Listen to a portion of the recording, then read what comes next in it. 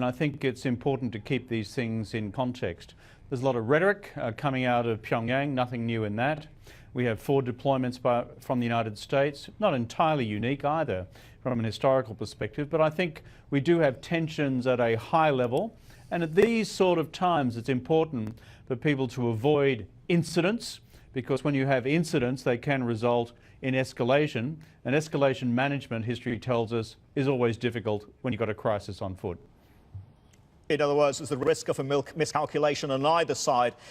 Mr. Rudd, would you agree that the US is not articulating a clear policy position? Because one minute we have this comment that the era of strategic patience with regard to North Korea is over. The other minute you have President Trump describing Kim Jong-un as a smart cookie.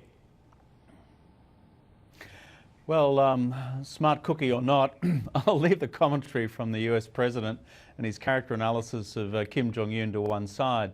I think the core, though, of US diplomacy and US strategy at present, since the Mar-a-Lago meeting with Xi Jinping, is pretty clear.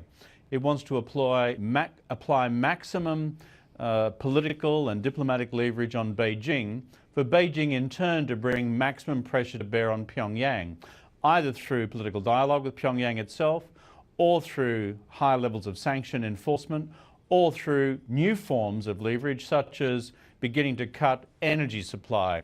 And that, I think, is where the diplomacy lies, and I think that's the core of US efforts at present. So China is supposed to be containing its client state. From where you stand, Mr. Rudd, is there evidence that that is happening?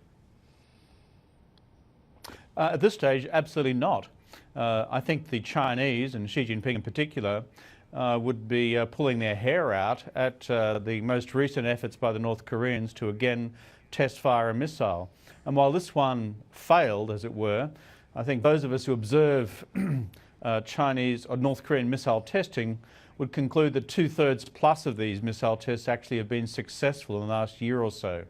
So China, I think, has a piece of work ahead of us. I think where we could see a material difference, some may see it as a long shot, is rather than have parallel diplomacies between Beijing and Washington directed at Pyongyang, we actually need a combined diplomacy directed at Pyongyang in order to bring about policy change in the North Korean capital.